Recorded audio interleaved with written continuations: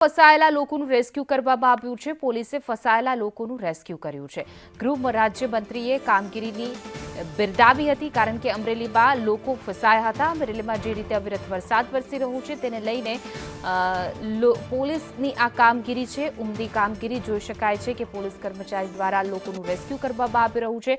Police અધિકારી છે કે જે પોતાના ખંભા ઉપર લઈને બાળક આવી રહ્યો છે અને આ બાળકીનો જીવ જે છે તે બચાવ્યો છે, કારણ કે અવિરત જે રીતે વરસાદ વરસી રહ્યો છે તેને લઈને અનેક ગામડાઓ જે છે તે સંપર્ક વિહોણા બન્યા છે। કોઝવે પર પાણી ફરી વળ્યું છે, જેને લઈ ખેતરોમાં અનેક લોકો ફસાયા હોવાથી પોલીસ દ્વારા આ પ્રકારની કામગીરી કરવામાં આવી છે, જેને લઈ ગૃહ રાજ્યમંત્રી હર્ષ સંઘવીએ પણ પોલીસની કામગીરીને બિરદાવી છે।